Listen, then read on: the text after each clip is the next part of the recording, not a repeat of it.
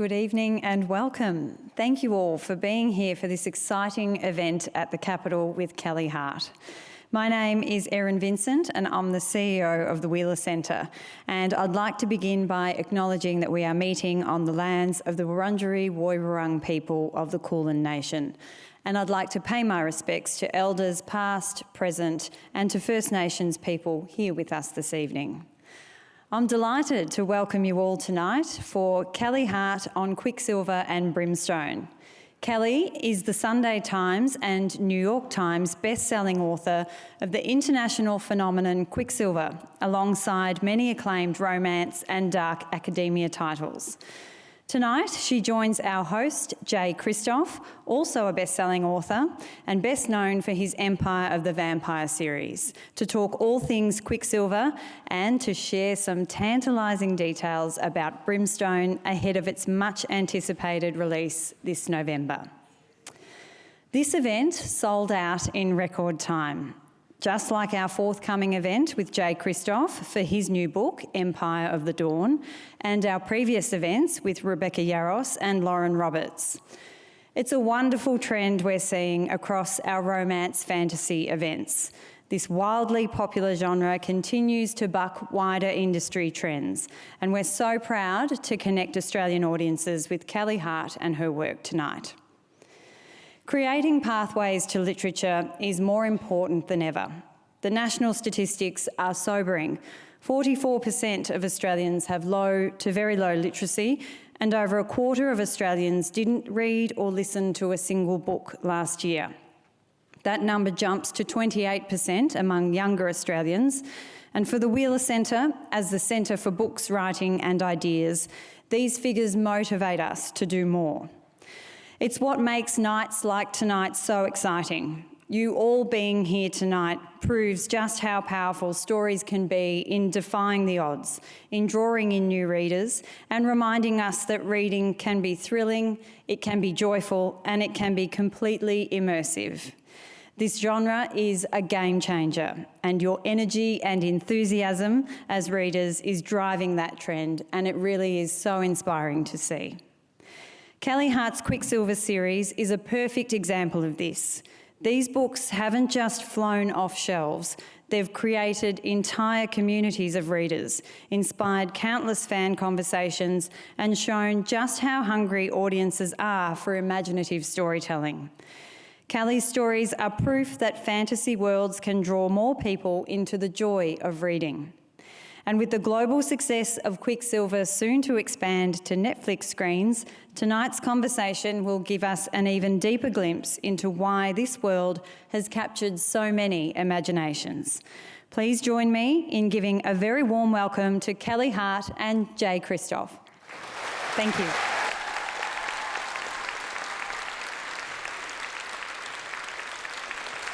Wow. It's like the great abyss back there. Can't see a thing. It's great. Hello, everyone. How you doing? Welcome to the beautiful Capitol Centre, where tonight I'm going to be in conversation with #1 New York Times, Sunday Times, USA Today best-selling international sensation, Callie Hart. Thank you, Jay.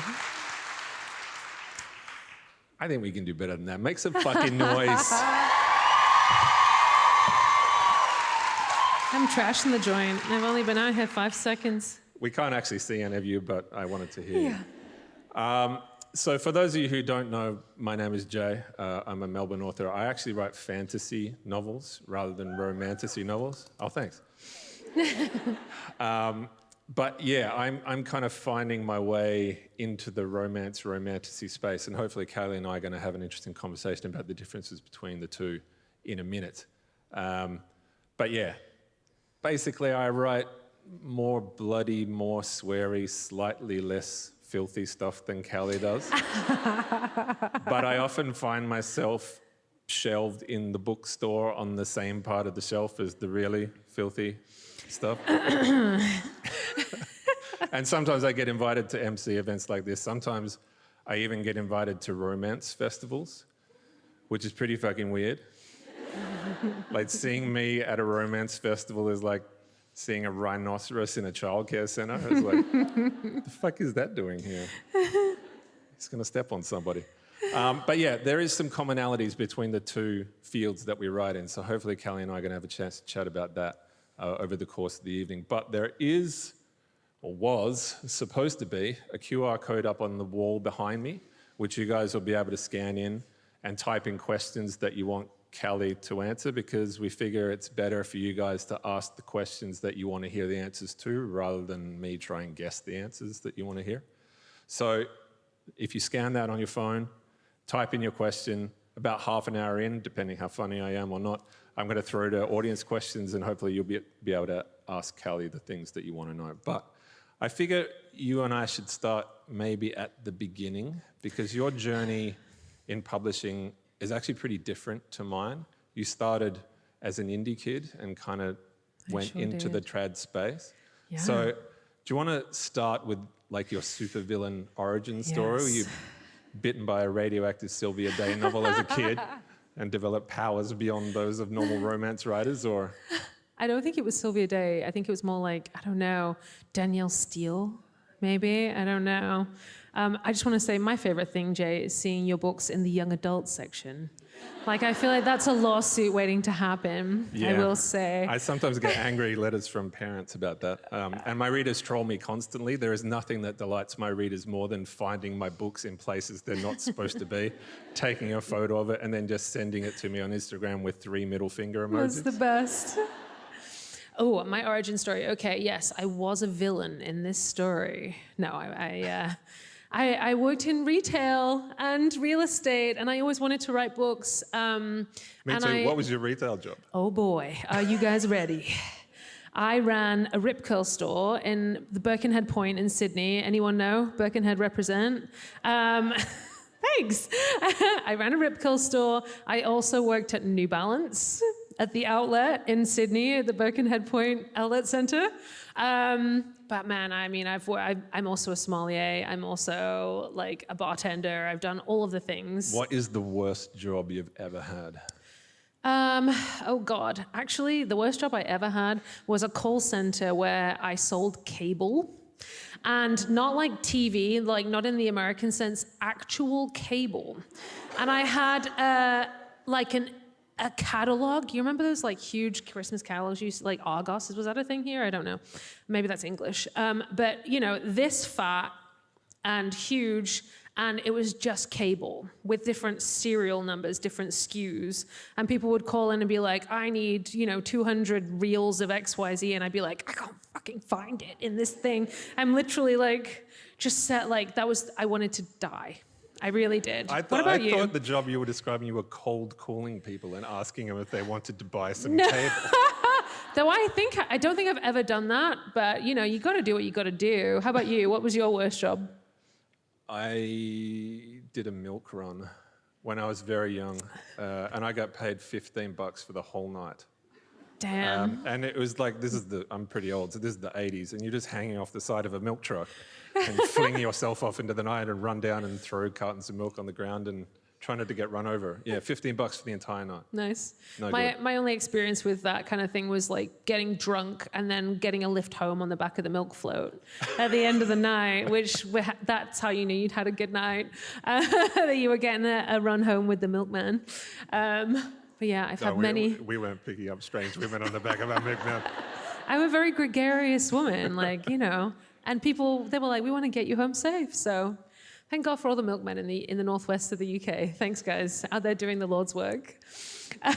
But back to the story. Yes, your supervillain origin story. Yes. I hated every job I actually ever had. Me too. Used to cry in the shower. It was fun. I just really wanted to be creative and write books, but I never, ever, ever thought I would be able to do it because I'm notoriously impatient and disorganized, and those two things really don't lend themselves to helping you on your path to becoming an author. But I used to write poetry with my grandmother, who recently passed, and she used to write little limericks to me, and I used to write them back, and we would kind of like, spitball stuff and have fun. And she was always like, you can, the only thing stopping you is you. But I moved to Australia, and I was out in Goulburn, of all places, for 3 months. I don't know if you guys have been to Goulburn, but I wouldn't. Okay, I won't keep shitting on it then. There's a Supermax prison out there and a slaughterhouse. That's probably the first year Goulburn has ever got. I know. And I was like, okay, I've got to be here for 3 months. What am I going to do? I can't work anywhere. I'm certainly not going to go and work with like Ivan Milat's caregivers or whatever, or prison guards rather. And I didn't want to go work at a slaughterhouse. So I was like, screw it. I've got 3 months. I'm going to like give this book thing a shot. And why not? And I wrote it, and I thought it was the best, groundbreaking, most phenomenal book that had ever been written. And, it was terrible. Of course, it was freaking terrible. I published it. It was called Sovereign Hope. And it was back in 2012. And it was a paranormal romance. And I look back on it, every once in a while when I need humbling, I'll go and read a couple paragraphs from that book and be like, ooh, okay, I put that out in the world. But there's parts of it that I'm really proud of. But yeah, meandering long story from that point on. I was writing here in Sydney, in Australia, for a long time. I started out YA dystopian and paranormal fantasy, paranormal romance, and then sidestepped into dark academia and dark romance, mafia romance, MC romance, those kinds of genres. And a lot of people loved that content from me, so I did it for a long time. But this story, usually there's a book. This story was something that was playing in the back of my head for a really long time, and I was desperate to write it. So finally, in late 2023, I gave myself the grace to do it when I was feeling at a point where I really needed a win and I needed to do something for me. I needed to write something for myself rather than anyone else. I've spoken about this many times, so apologies if you've heard this before, but I put a poll out in my Facebook group, and I was like, guys, I think I had like 8,000 people in there at the time, which was a lot of people for me, and I was like, I really have this story that I love, and I really want to tell this tale. It's been burning inside me for years, and I'm desperate. Will you read it? And I put up the poll where you can vote, and it was 100% no.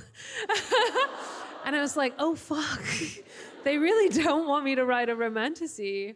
But I didn't listen, and I did it anyway. And I was like, you know what, if people pick it up and read it and enjoy it, then that's a bonus. But this one's for me. I have to give this 7-foot-tall Fae male some airtime, or he's gonna murder me in my sleep. So here we are. So what made you shift from indie to traditional publishing, and how have you found that shift over the course of the last couple of years? It was the post office. They got sick of me. They were like, you can't come here and bring your stuff anymore. The line is too long. And I was very, very blessed. Quicksilver didn't do well for a little while. It kind of languished a little bit. And I had my rock bottom moment, quite honestly. And I thought it was going to be the last book that I ever got to write. And I shared it online on TikTok. I sent a couple of really, nice indie editions out with some silver foiling on to a couple people, and within days of them finishing, it had just taken off in a really remarkable, strange, unexpected way. And suddenly my house became a UPS shipping and logistics center, and I had, my living room was made out of boxes of books, and they were my regular books had disappeared, and my dog couldn't get to the couch anymore. So it's I can't do this by myself anymore. And my agent reached out to me at that time. She's like, I read your book. Please let me represent you. And I was like, yes, oh my God, absolutely. And then ensued, mayhem. I had publishing houses DMing me. They were sliding into my DMs, which was a very surreal experience, having spent 12 years, fighting for my life as an independent author.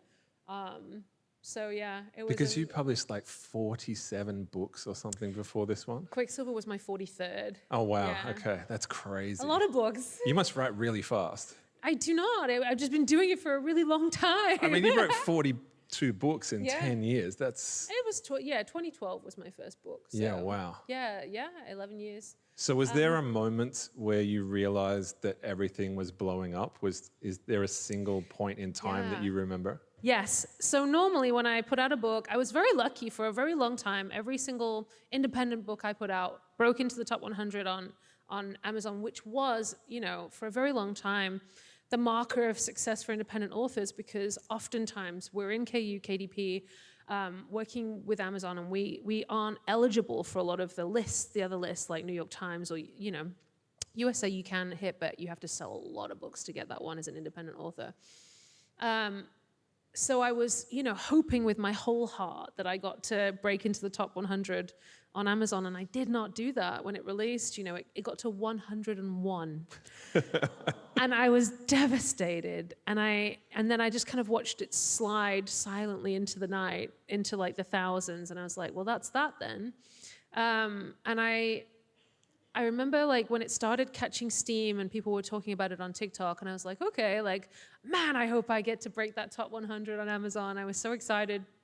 And I would watch it every day. My sister lives in the UK, and she would message me in the middle of the night. She's like, it's number 453. And I'm like, oh my God, it's getting there. And we would like have these moments where I'm messaging her in the middle of the night. I'm like, it's 200, and so excited. And then eventually it got to the point where she was messaging me. She was like, it's in the top 50. And then it was in the top 10. And then it was number 4. And I was like, what is life? My best ranking had been 13 on the store, which, is like, I was so grateful for that because it's hard to do. And yeah, I went to bed one night. I was at number 4, and then she's calling me. And I'm like, oh shit. It's not a text message. So she's either dying, like the dog's been hit, like there's something wrong with my nana, like there's like a huge problem here, or I'm number 1. And I was like, don't be stupid. And yeah, I picked up, and she's like screaming, number 1, And that's when I was like, oh damn, this is different. This is like beyond what I expected. I'm really amazed. And by that point, I was having meetings with publishing houses, and really just pinching myself every time I opened my phone, because like I couldn't go on Instagram or TikTok without seeing something about it one way or the other. It's a very polarizing book, but especially the cover. Y'all had some feelings. So yeah, it was a surreal moment. And then I have this journal that I always, I do believe in manifestation. Like, I'm not going to start preaching at you guys or anything like that, but I believe in it. Even if it is like a placebo effect, it works for my brain, so I'm about it. I have this diary. I journal in it every day, just write what I'm grateful for. I have so much to be grateful for. And then at the bottom, I write 3 things that I am working on right now, but might not be able to accomplish today. So for years, I was writing New York Times bestseller, movie deal, traditional publishing deal, for years and years and years and years. Every day I wrote it at the bottom of this journal. And then fast forward to December last year, and it was my birthday. And I was sitting in a WeWork in Brooklyn, New York, and I was desperately sick. I was so ill. And I was chipping away on Brimstone, actually, because they were breathing down my neck for that even then. And I got a call from my agent, and she's like, I got Leah on the phone. Who's my editor? And I'm like, kind of holding my breath. I'm like, what's going on? And we had just released my traditional book. I had just announced my Netflix deal. And I had not only hit the New York Times, but I was number 1 on my birthday. And it was crazy. That was a really surreal moment. So, yes, it has been a very strange, convoluted, upside-down roller coaster of a ride. But I'm so grateful to you guys because you put me here. So thank you. Was that the coolest moment so far? It must have been a pretty wild journey over the last couple of years. Yeah, what's cooler than that, yeah, honestly? That's a pretty happy birthday. I don't know. I mean, I will say, I had another, really dope moment recently, a month ago, because we had the re-release of Quicksilver with the new artwork, and I hadn't hit #1 on USA Today, and I hadn't hit #1 on the Sunday Times, and I hadn't hit #1 on the Globe and Mail. And I got the New York Times again last month, #1, and then all 4 #1s. And I was like, I went to a tattoo parlor because I was like, this is never going to happen again. And I was going to get 3 #1s tattooed on the inside of my wrist. And then I got a call from my agent, and she's like, stop, you got another one. So I don't know, maybe I'll switch to Roman numerals. I don't know, but like I do keep having these moments where I wake up and I'm like, am I sick? Am I hallucinating? Do I have a brain tumor? It's like the Matrix. Yeah, what's going on? This can't be real. Yeah, just so full of gratitude. Yeah, and it's all reader word of mouth. It was all organic. Like no one pushed you. You didn't get some massive marketing deal or budget. No. It was all basically TikTok, right? Yeah, it was actually off the back of about, I tell this story a lot, so apologies again if you've heard it, but I was desperate not to let this book kind of like disappear into the ether. So I was like, I'm going to give it one last shot. I went on TikTok. I'm not a huge social media person. I'm not very good at it. I certainly never liked TikTok. So I was like kind of, dragging my heels a little bit and feeling, when you don't know where to begin and when there's no like real rules to success with something like that, it's very defeating to even step outside of your comfort zone to start trying to promote things like that. But I was like, I'm going to figure it out. I'm going to do it. Like, I really am proud of this story, and I really believe in it, and I want it to do well. So I reached out to like 15 people on TikTok, and I said, I have these special editions. I would, this is the guy. Some people love him, some people don't. I think he's great. He looks like Timothée Chalamet and Adam Driver had a baby. And some people like that, some people don't like that. But yeah, like I reached out to 30 people, and half of them got back, and 3 of them said, yeah, sure, send me the physical product. The others said, I'll take the digital. And before I could even start mailing those out, like people were talking about it. There were 3 in particular, 3 TikTokers, booktokers, and within days of them like posting their first couple of things about it, like I've never seen anything like it. And yeah, it was just the craziest thing to see. Crazy. Thanks, guys. So you're at the forefront, many would argue, of romantasy at the moment. Can you give me a definition of what you think it is? Because I've had this conversation with about 50 different people, and they give 50 different answers. It's like that Judge Potter ruling on pornography, like you can't define it, but you know it when you see it. Yes, that's true, actually. I'm very blessed to be in like some really great company writing in this genre. And I don't know, I feel like, romantasy is a new buzzword for sure, but I do believe that it's content that's been around for a really long time. Yeah. It's just now getting like this resurgence ever since, COVID. And this term romantasy is so powerful, and it's such a huge vehicle for driving people back to reading, which is just a blessing. I'm so grateful for it. My understanding of romantasy is, the kind of description like, okay, if you took away the fantasy, it would stand alone as a romance, and if you took away the romance, it would stand alone as a fantasy. And it's the combination, the marriage of those two things that kind of like feed off each other and just add a little bit extra depth in both arenas. Do you think a happy ever after is mandatory? I don't think so, no. Yeah, okay. No. Is that controversial? I heard you guys collectively clenching your butt cheeks.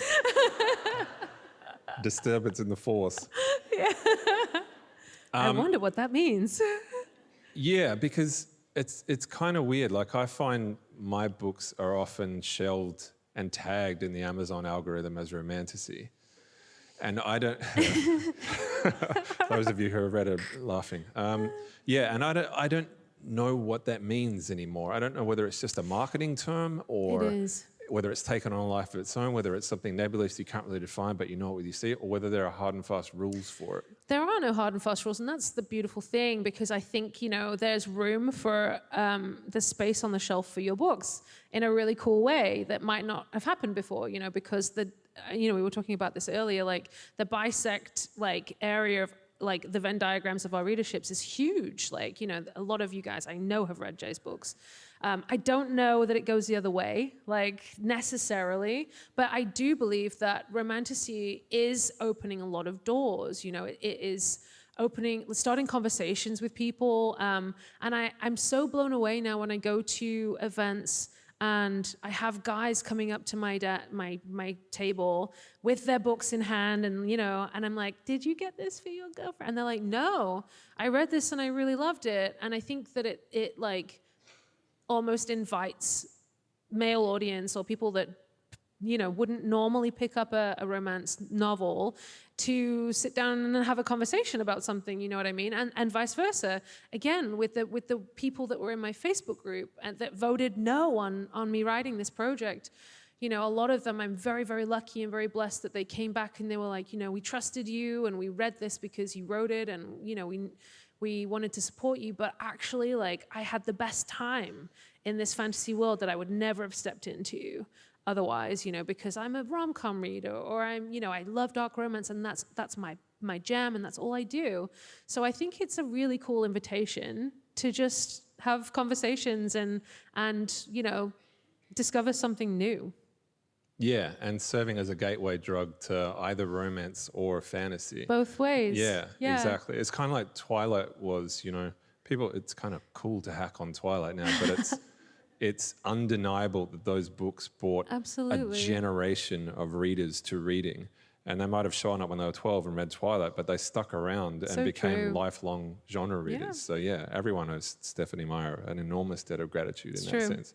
And I think romantasy is kind of serving as that same gateway drug. Readers who maybe only read romance novels and dip their toe into the world of romantasy and suddenly realize, oh, I like dragons and magic spells and cool worlds, and suddenly they start reading in fantasy in general. So yeah, I think it's an amazing phenomenon, and rising tide kind of lifts all boats. Yes. Yeah. I have that framed on my office wall, and I firmly believe it. Like, you guys are so voracious. You blow me away. Like, I love seeing your videos about your reading challenges of Goodreads. I'm like, do these guys not have jobs? Like, what are y'all doing? Like, what's going on? Are you okay? Like, because I'm like, how the hell are you guys reading 300 books in a year? And it's just mind-blowing to me. But there's room for everybody, and that's a huge thing for me. And there's room for so many different genres and palette cleansers and discovering new things. So I just think it's all really freaking cool. So book 2 is out 3 weeks? No, I wish. No? More? It's a bit longer. 7 weeks? 5 weeks, 6 weeks, 40, maybe it's in the 30. Oh yeah, you posted the other day. But, yesterday, yeah. So 41 days now. We're almost at 40. So we're almost there. What can you tell us? Everybody dies. No book 3. Sorry. Book 3 is just blank pages. Yeah. Sorry, guys. It's really easy to write. It was a lot easier to write than book 2. Yeah. How did you find writing book 2s? Because they tend to be the hardest ones for me in trilogies. Love talking about that. Yeah. They're brutal. They're really rough, especially when, not just for fantasy elements, like, there's a lot of beats in a fantasy and a romance story where you discover the conflict for the overarching conflict for the whole series is established often in book 1. But with romance especially, you have the meet cute or the not so cute meet sometimes. And then, they have their like enemies to lovers moment sometimes. And then, you witness the chemistry starting to crackle a little bit, and then they have their first kiss, which is just the best moment ever. And then you have, they hook up, they tell each other that they love each other, and then in book 2, they're like, so what are we? And it's like the chemistry can fall flat sometimes a little bit. And that can happen not just with the romance, but like, oftentimes the conflict can ebb a little in book 2 as well, while you're on like a route to establishing like, oh, he's getting cool powers, or, we need to discover this like hidden civilization or XYZ. It's usually book 2 that trips up on its own feet sometimes. So my goal with Brimstone was to not make that happen. That's a good plan. I really tried.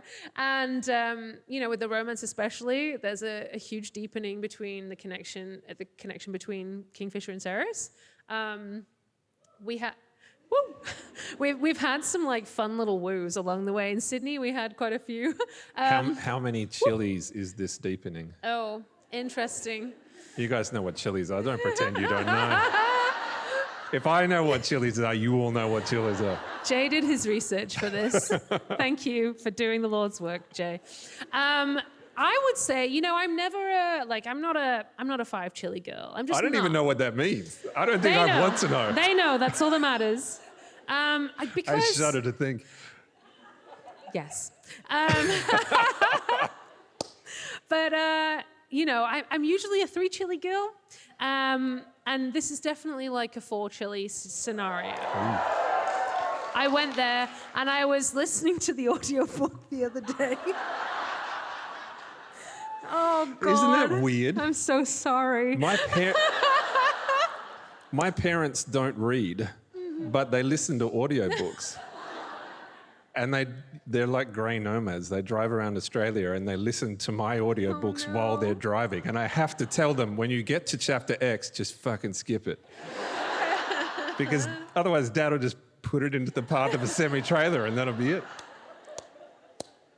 Yes. So I guess if you were writing this book without much expectation, did you have a plan for the trilogy when you started? Yes. Right. Yeah, I really did, because it wasn't, you know, just Quicksilver that I had been fantasizing about for, you know, since 2017. I've been dreaming about writing this book. You know, it was the whole story arc entirely. So when I sat down to write, I obviously had to break that beast up because it was a lot. So yeah, I know exactly what happens at the end of book 3. I know the last word of that book. I am halfway through writing that book. Are you finding 3 easier than 2?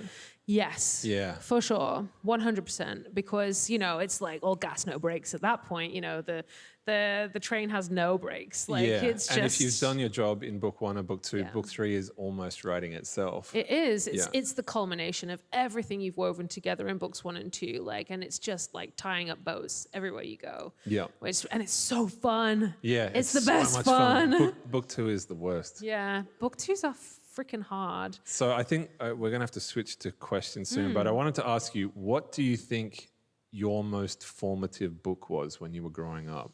I mean, I'm always going to say Lord of the Rings, always. I know that's right. I know. Oh, okay. We love the goat in this house. I love that. That's cool. I know that's kind of a lame response because everybody loves Tolkien. They do, and for good reason. For a reason, yeah. Yes. All fantasy stands on the shoulders of Lord of the Rings.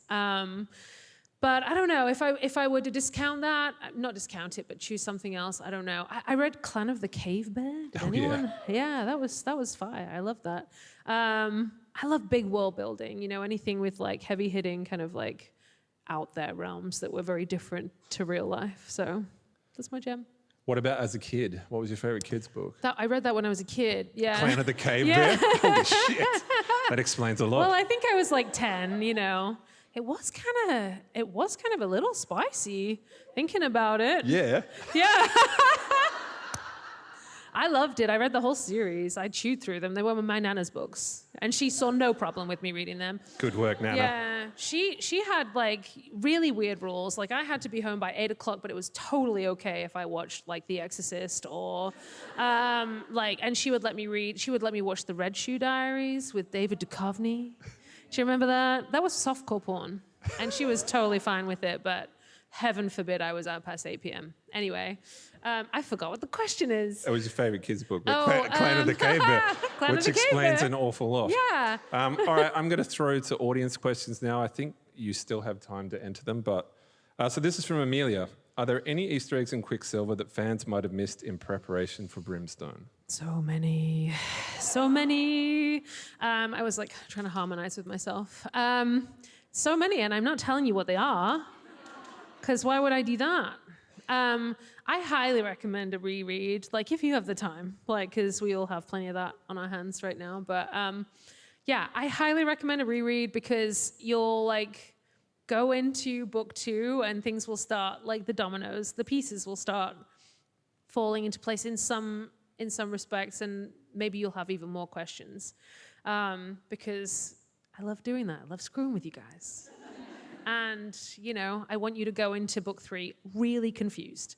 So I think I've done my job there. Do you do a what came before, or is there a summary anywhere online, or are you just making these people read the book and... Yeah, no, you guys are on your own. Sorry. I will say the Fantasy Fangirls podcast is really, really cool. Lexi and Nicole, woo!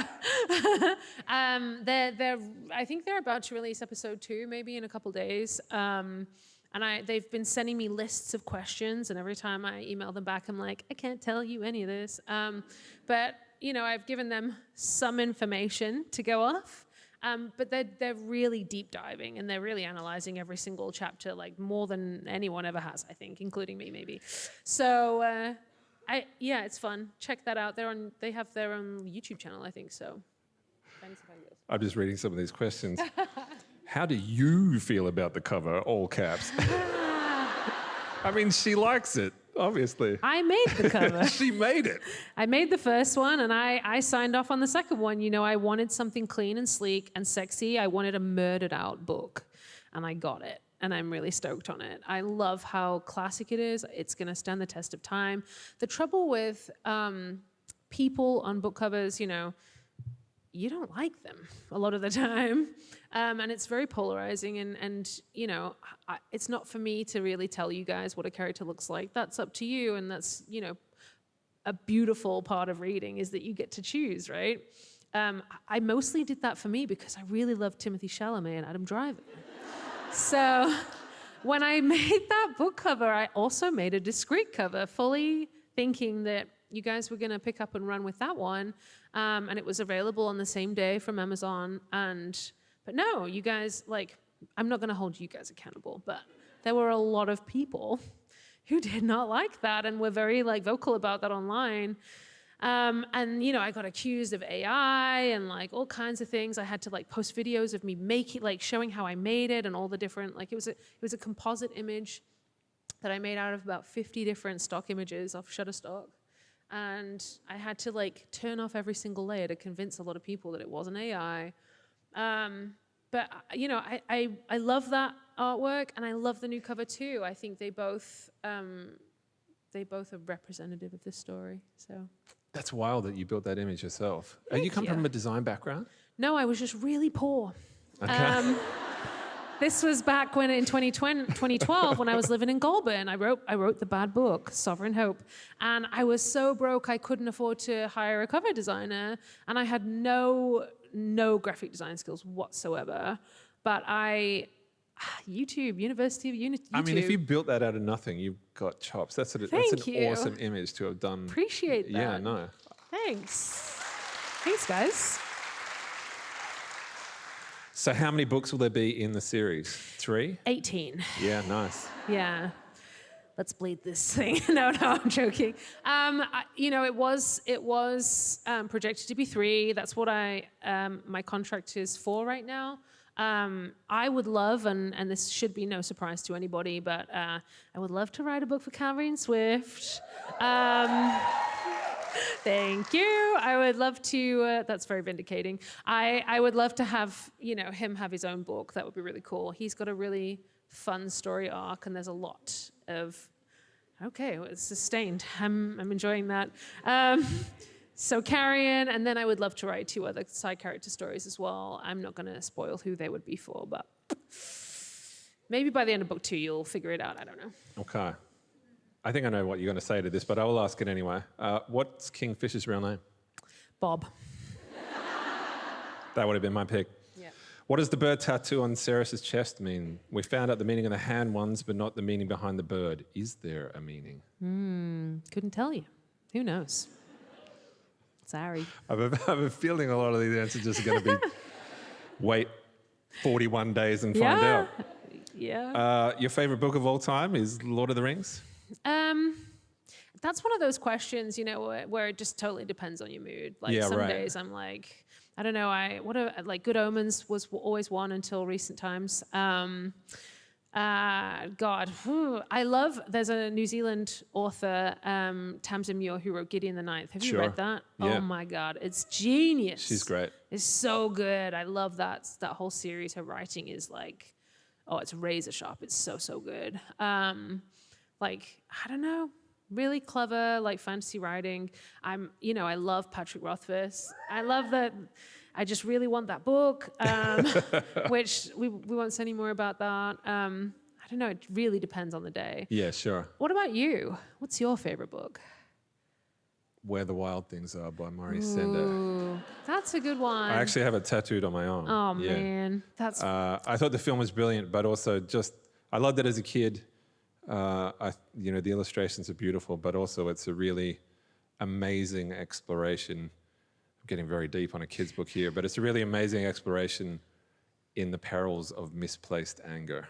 Like, I was a pretty angry guy when I was growing up, and Max is kind of fury personified. If he gets what's important in his life, he has to go on a journey to discover that there's nothing to be found in hedonism and indulgence of rage.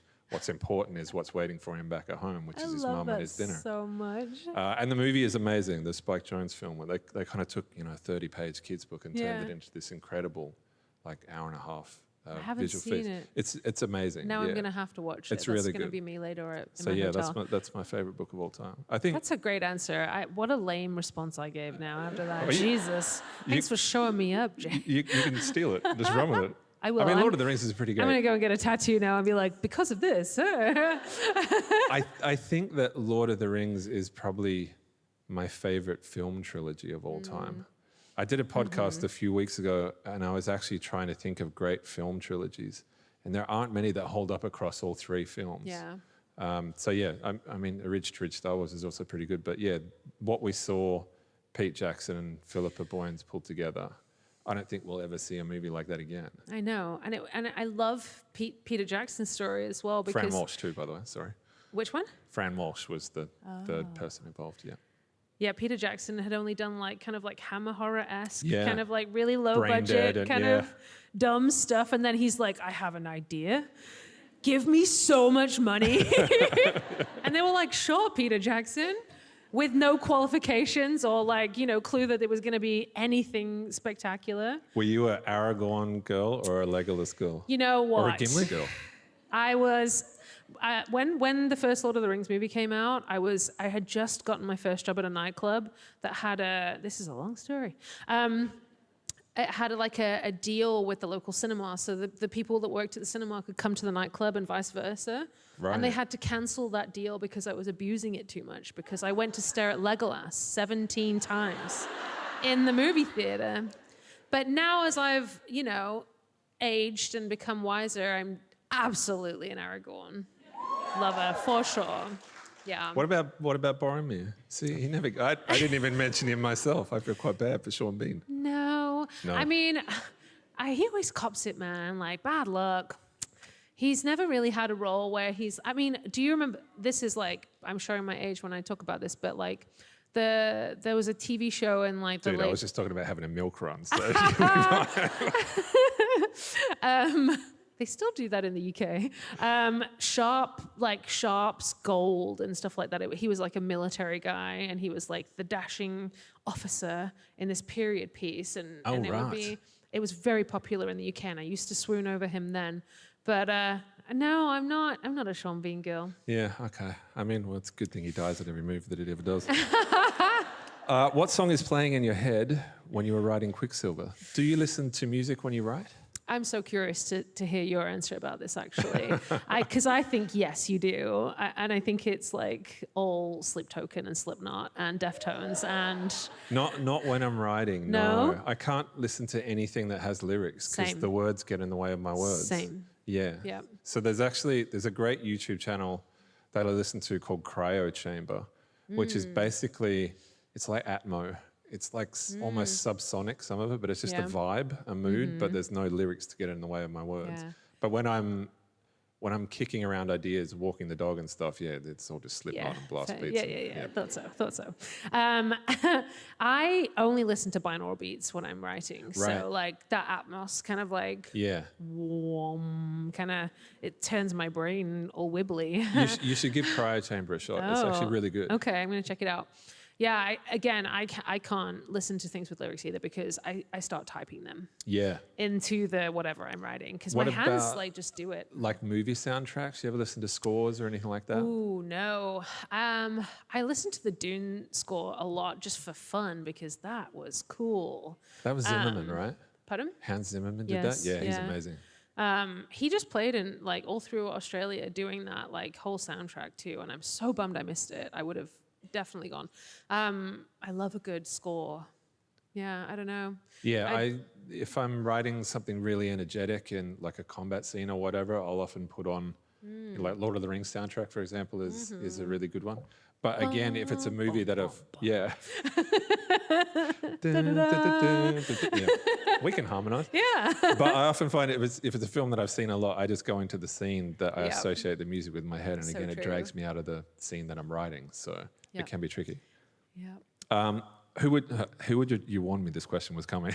Who's your dream casting for Saeris and Kingfisher? Can you talk about TV? I can, things in Hollywood move very slowly. Yeah. And, we're at a glacial pace, guys. We're like an inch a year. But we have a script, and it's a good one. And we're about to start thinking about who will be the director, which is a really fun stage to be at, actually. Who would your dream director be? Oh, geez. Robert Eggers. I just fuck some people up with this thing. Like Guillermo, like something dark and twisty and weird. Like, that would be so cool. Some Fincher or, Yeah. I don't want anything normal. But we'll see. I don't think Netflix are going to let me do that. But I don't know. I don't necessarily worry so much about the name or past like projects. I just want someone who has like a clear vision and is going to stay true to the story and is going to present it in a really freaking cool way that isn't going to be turned into a meme. So that's the requirements. But the producers who are working on it, Elizabeth Cantillan is a powerhouse, and she just did. Oh God, I always mess this up. I say lessons in chemistry, but it's not. It's the love hypothesis. She just got done wrapping. She wrapped on that in Toronto really recently.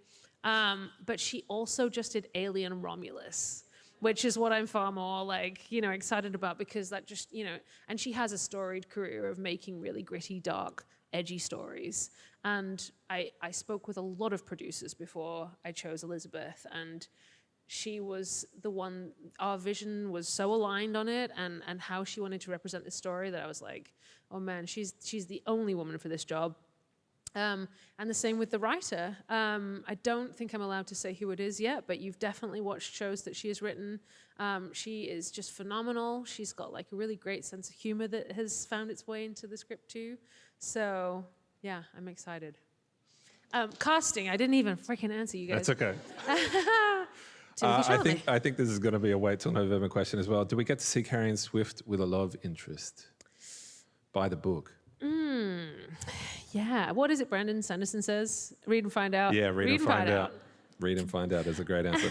This is actually an interesting one. How do you feel about all the AI images of Quicksilver on Instagram? Do you enjoy seeing your books being brought to life this way? I mean, it really sucks because they're so good, Yeah. That's the They're hard fucking part. amazing and pure fucking evil. They're so good, and it's genuinely scary because, we are both creatives, and AI absolutely, without a shadow of a doubt, threatens our livelihoods. Yeah. And our joy, we love writing stories and sharing them with you guys, and it's horrifying to see how good AI is getting at so many different things and stealing creativity from humans and the ability to critically think, which I think is far more important. I don't know. I'm very, very scared of AI for so many different reasons. I met a cabbie in London recently, and he was so optimistic, and he was just like, AI is great. It's gonna when none of us is gonna have to do menial labor anymore, and there's gonna be no more money, and we'll have a utopia. And I was just like, oh boy. Brother, the menial labor is the last thing they're going to replace. He was like, well, we won't need money because machines will. I'm like, oh, buddy. And by the end, I got out the cab and he was just staring at his steering wheel, and I was like, I'm really sorry. But circling back to the content, it's really rough. I resent people saying and passing it off as artwork. It is not artwork. It is a lie, and it is stealing creativity and joy from people's lives. Yeah, I think the thing that worries me the most, it's not just the buddies of mine who are illustrators and designers and architects that are currently at risk of losing their livelihood. The thing that worries me the most is that if you're a 12-year-old kid right now and you're thinking, maybe I want to be a comic book artist when I grow up, or maybe I want to be a fashion designer when I grow up, or maybe I want to be an architect when I grow up, and you see this machine that can take an amalgam of the sum total of the entire human artistic endeavor and spit out thousands of iterations at the click of a button.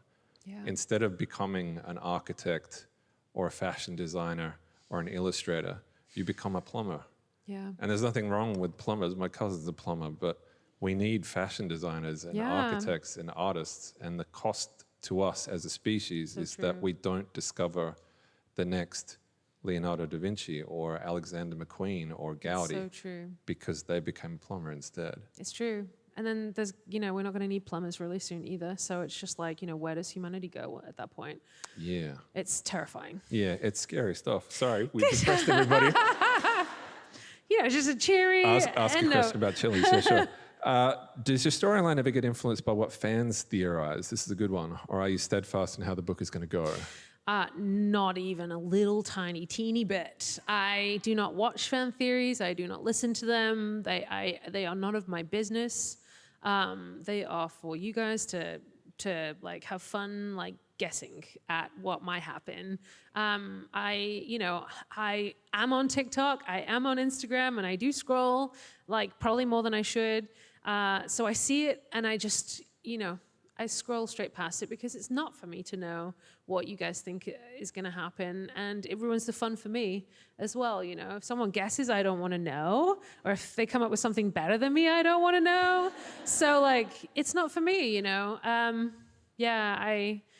I do, I am aware that people deep dive on things, and it's kind of cool, but it's not for me. It's always fun when they see something coming that you never expected, something that you hid super, super deep in the text, and you see someone talking about it. It makes you feel good that you actually laid the groundwork and someone spotted it. But at the same time, you're kind of annoyed that they spoiled the surprise. A little bit, yeah. This is a good one. What, in your opinion, makes or breaks saucy writing? And a hush falls over the crowd. Let's face it, it's what we call a male member. Because I've seen some weird stuff, guys. There is some weird stuff. Like a baseball bat? Or like a meat stick? That's going to throw me right out of a story. It's particularly odd when you're writing fantasy as well, because when anachronistic language appears, it kind of throws you out. Yeah. So what is make or break for you? What do you think? Is it about feels? Is it about language? Is it a combination of all of it? For me personally, I don't read a lot of spicy content because I just, I'm a high fantasy girl, sci-fi girl, and I don't want to be colored by other people's stuff going on in that arena. But for me personally, having sex or graphic adult content on a page is not about being salacious or, getting someone worked up. It's about moving the story forward in some meaningful way and deepening the connection between the characters so that it has to mean something. It can't just be on the page for shits and giggles. It's not just there to titillate and excite people. It has a takeaway that at the end of that scene, you're riding on a high, not sexually, but well, maybe, I don't know. But, my goal is that it serves a purpose and it's not just for the sake of raising a few eyebrows or getting a giggle, because it's naughty, you know what I mean? Every single interaction in Quicksilver, especially when they're having sex it's driving the story forward in some way, and it is leaving either one of those characters with a residual emotion or question or thought, shall we say. And I just don't like reading, sex for the sake of it. It becomes, that feels lazy. I don't know. It just doesn't do anything for me personally. So I want it to mean something.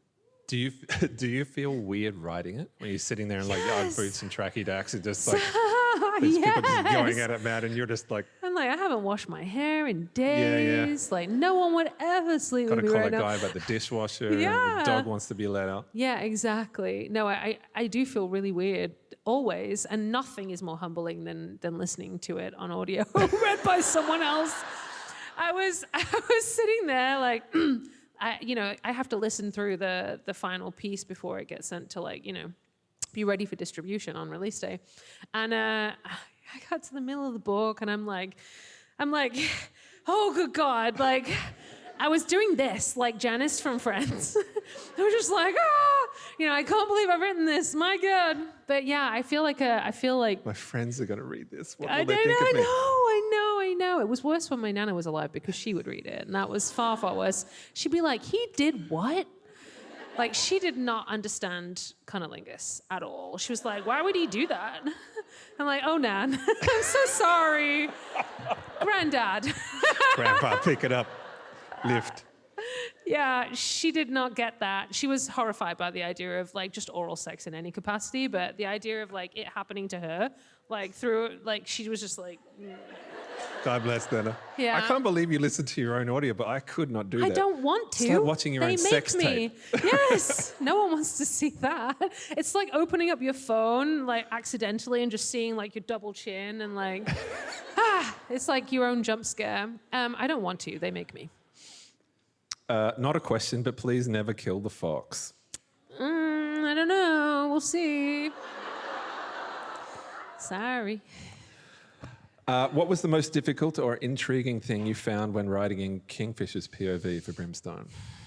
I loved writing his POV because, out of 43 books, Quicksilver was one of the only ones that I've ever written from a single POV, and normally I would absolutely always have like both sides of the story going on, and they would have access to what's going on in his head, but there was so much going on in the story and so many secrets that he had and things he was hiding and, and the whole enemies to lovers aspect of it that just wouldn't have worked if you'd been inside his head, that when it was really hard for me because I knew who he was. And I wanted to scream from the rooftops, nothing is as it seems. But you can't do that, obviously. In book 2, and just getting to write those first POV chapters on my website, I was like, oh my God, this is going to be so fun. Because I finally got to start peeling back the layers and showing you guys exactly who he is. And, half of Brimstone is told from Kingfisher's POV. So you spent a lot of time in this man's head, for better or for worse. It's a good time. All right, this is a good one. What is your number one piece of advice for someone embarking on writing their first book? Yes. Just do the fucking thing. We are so good at talking ourselves out of embarking on huge journeys, and this is a long journey. This is a long game. I hear a lot of people talking about me in terms of an overnight success, and I firmly correct them and remind people that it was 14 years in the making. So this is not a short journey, and you have to be obstinate and stubborn and just refuse to give up. My grandfather always said, you can only fail if you give up. And that is the primary piece of advice I always give to people. But the crucial, most fundamental first step is getting out of your own way and sitting down and writing. Even if it's garbage, even if it's just your thoughts, spewing them out onto a page or writing them by hand, the practice of sitting down and writing and practicing consistency in that arena is the one key to success that I would really encourage people to practice. Yeah, you can fix a How about broken you? car. Yeah. I give exact same advice. You can fix a broken car, you can't fix a car that doesn't exist. Yes. So that's a great analogy. I'm stealing that too. Even if it sucks, give yourself permission to suck, I guess. Yes. Because everyone sucks when they start. And all first drafts of books are usually garbage. That's what second drafts are for and third drafts are for. But if you fixate on how bad it sucks to begin with, you don't get out of your own way and let yourself finish it. So yeah, I would also, I say that often, but I would say this thing fucking throw it away. Yes. Like, treat it as an alien organism that wants to eat your time. Because this is a machine for distraction. I was reading a New York Times article the other day. That's a machine we've invented to get rid of boredom. And boredom is essential in any creative endeavor. You have to take the time to be alone in your thoughts. You have to just sit and be quiet, because that's when the cool things happen to you. I had an epiphany. Like, I realized I was having a lot of cool ideas in the shower. And I wondered why that was. I thought maybe something to do with the water. But no, I couldn't take my phone in the fucking shower. So I take my phone in the shower. Do you really? I had to stop because I noticed this. I was like, this is now a true addiction, and it's so damaging. It really, really is. I was just people watching, standing at the front. People will walk up to a set of lights and press the button and wait to cross. And in the 15 seconds it takes for that man to shift, they pull that thing out of their fucking pocket and look. It's crazy. Like, you need to be quiet. You need to learn to be alone, because that is when the cool stuff happens. That's when the idea that changes your life comes to you. So that would be the other piece of advice I give. Treat that thing like the enemy. Yeah. Because the people who make it, they want you eating, sleeping, working, and scrolling. Yeah. That's the ideal human being to those people. So yeah, get rid of it. It's bad for creativity. So we'll just go and trash our iPhones. Let's do it. We have a couple more. It's 8 o'clock. We can go a little bit over. Yeah. They're not going to yell at us. What it is about Quicksilver that you think resonated with so many people? What is it about these characters, this world, that you think hooks people in the most? I don't think I'm breaking any, I'm not reinventing the wheel with this story, that's for sure, but I've given it my heart and soul. And I think that's an important lesson when we step out to endeavor to create something, is that, the only unique things we have are our voices. And, it was my story to tell, and I gave it everything. And I think, I hope that came across on the page, I absolutely gave the world building my all, and I knew these characters inside out. And there wasn't a single part of this that was there by accident. Yeah, it's hard. There's no magic equation for success in this kind of thing. So it's hard to say, oh, it was because I, did X, Y, Z. But the only thing that's unique about this book is that I wrote it. That it was my voice and it was my imagination that it came from. And I think, I just poured everything I had into it. And I think that's the beautiful thing about books. Like, we're just invited into someone else's soul. And sometimes it's a really fun ride, I don't know. How much of you is in Saeris, for example? I get asked this a lot, and no. I mean, it's just like you. I mean, you must get asked the same thing, right? About your characters. I think, there's bits of me in every single character I've ever written, because I write from lived experience and my personality spills into everything I do. Especially with female main characters, I never want to be in a Mary Sue situation where I'm trying to live out my fantasies on a page. But what I do when I sit down to write a female character is I try and imbue them with characteristics and traits of things that I would aspire to be like. So, Saeris is a very loyal person. She's independent, she's fierce, she's strong, she's a whole individual. And she stands up when things are tough, you know what I mean? And I want to be that person. So I think it's the other way around. I think I try and take from the characters that I create sometimes. I think this is probably a good one to finish on. What are you reading right now? I've been saying the same book for a really long time because I'm still reading the same book. Do you read really slowly? I'm so slow right now. Me too. So slow. And it's, I do normally read a little bit quicker than this, but I've just been traveling so much and moving house and then on tour, But I'm reading Joe Abercrombie right now. Oh, I'm which one? I'm halfway through Before They Hanged. Before They Hanged, yeah, sure. And it's so good. His writing is great. I just love it. And I love his characters. Logan is one of my favorite characters. Awesome. Are you more comfortable reading fantasy than anything else? Is that your go-to? Fantasy is my go-to for sure. Okay. How about you? Do you read in your genre? What's like your off-the-wall palate cleanser? When I'm drafting, I usually just read nonfiction. Oh, Yeah. I don't do that. That's boring. Yeah. I don't know. I talk to a lot of creatives, a lot of musicians that I know, they don't listen to the music that they write anymore. Because I think, you know, sometimes it's very difficult to stop critiquing and just enjoy the art. And comparison, yeah. And then also like things infiltrating your mind and inadvertently finding a way on a page as well. You never want that. So I don't read romantasy. I don't read any romance. I always say I don't read in my genre, but now I've stepped into fantasy. That's a tough one because I really don't think I can give it up. Yeah. I know that I'm reading something fantastic when that inner critic gets turned off and I'm just enjoying the words. Yeah. Like Laini Taylor is one of my favorite authors of all time. And her prose does that. Yeah, she's amazing. If you haven't read her stuff, you really should. Daughter of Smoke and Bone is one of my favorite books. So good. Strange the Dreamer is also amazing as well. God, yeah, her prose can take me to a place that most authors just can't. Yep. So yeah, she's awesome. I love All her right, stuff. I think we are out of time. So can you all put your hands together for the amazing Callie Hart? And for Jay as well, and the Wheeler Center for putting on this night for us. Thank you so much for showing up, guys.